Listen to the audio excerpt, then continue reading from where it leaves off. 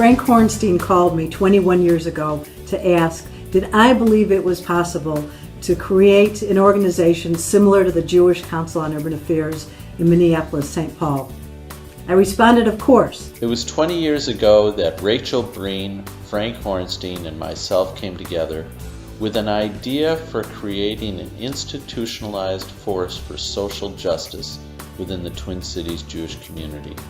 There were other interfaith funders that were funding local community organizing and social justice, but there wasn't a Jewish voice.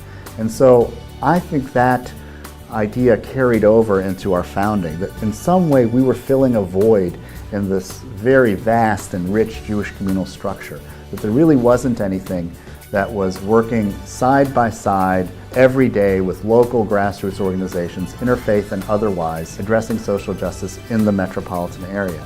And so when Frank asked me about JCUA, I remember thinking, yes, we needed another JCUA here in Minneapolis because we needed to provide a way for us to be involved in social justice issues as Jews. But if we never get at the power relations that make those determinations about who gets what and how society allocates its resources, we can't get to justice. And justice is about power, it's about advocacy, it's about being able to change systems, it's about giving voice to people who have not had that voice.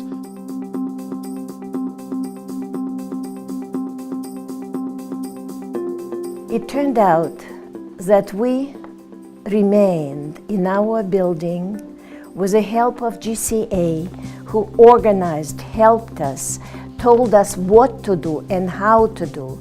Those people who spend their time, who probably derived their families of themselves for a while, but still they were with us until we won. So what excites me the most about JCA's work are the relationships that I get to develop with our members and members of the organizations that we partner with. There was a new complex going up in Highland, and some of the faith community had come together to ensure that 25% of that complex would be affordable housing. We worked long and hard to get part of that affordable, and it worked. We did. It's been an experience that I'll always have with me, and I have tremendous gratitude to the founders of the organization, to the leaders and volunteers who've served on the board, who have been leaders in campaigns from affordable housing to immigration reform, to the marriage amendment fight, to voter ID fight, to foreclosure prevention. And this is to me what makes JCA a different organization. JCA understands the role of the ally building a movement. That's the difference, because undocumented immigrants were driving the vision of the DREAM Act. Working as an organizer in an organization like JCA really gives us a chance to try to build up power in our community to make these changes.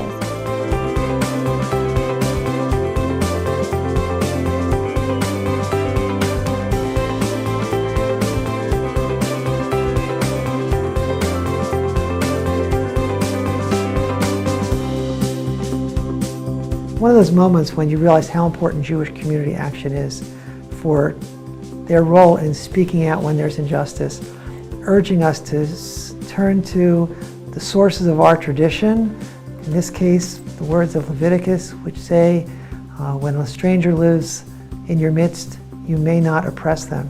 JCA urging us to do what's right and to speak up without fear and from the very heart of who we are as a Jewish people.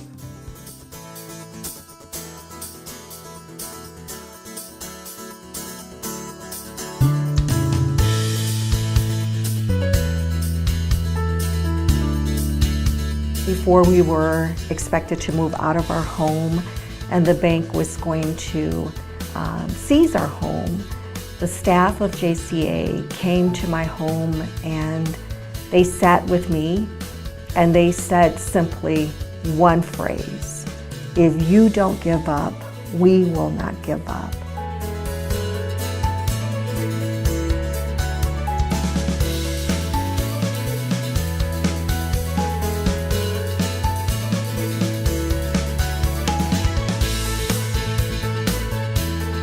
I had a couple of friends who were gay, who were married, and living in Minnesota.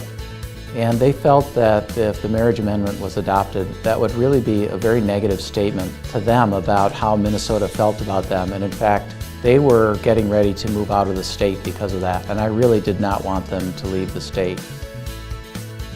To have Minnesota make a decision that it wanted to change or amend the Constitution so that Minnesotans could no longer vote on the day of the election that we'd been accustomed to, that we too had to present a voter ID, was a rather surprising and disappointing position that many of us felt as we fought to overcome that. So we were able, through the work of JCA and other organizations that cared about justice and fairness, we were able to get a no vote.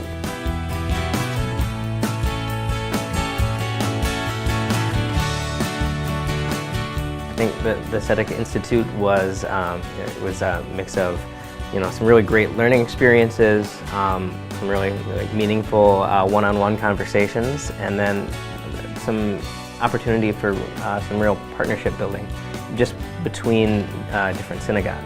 My favorite part about JCA is the work that I get to do with high school students in the Seeds of Justice Fellowship.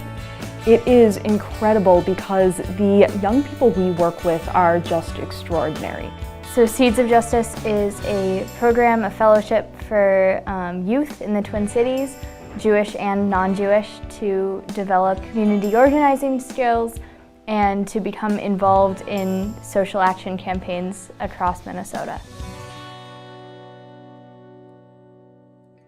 I see for the future of JCA continuing to build into new relationships with communities that we haven't formed relationships with, and also transforming the relationships that we do have currently in trying to model and live out our values. Seeds of Justice is really about continuing it. And not only is it fantastic for the future of the organization, it's fantastic for the future of this work as a whole. I think the future of JCA is going to be about transformation.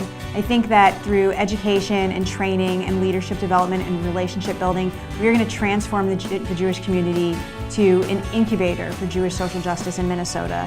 We are going to build the leaders that take us into the next generation.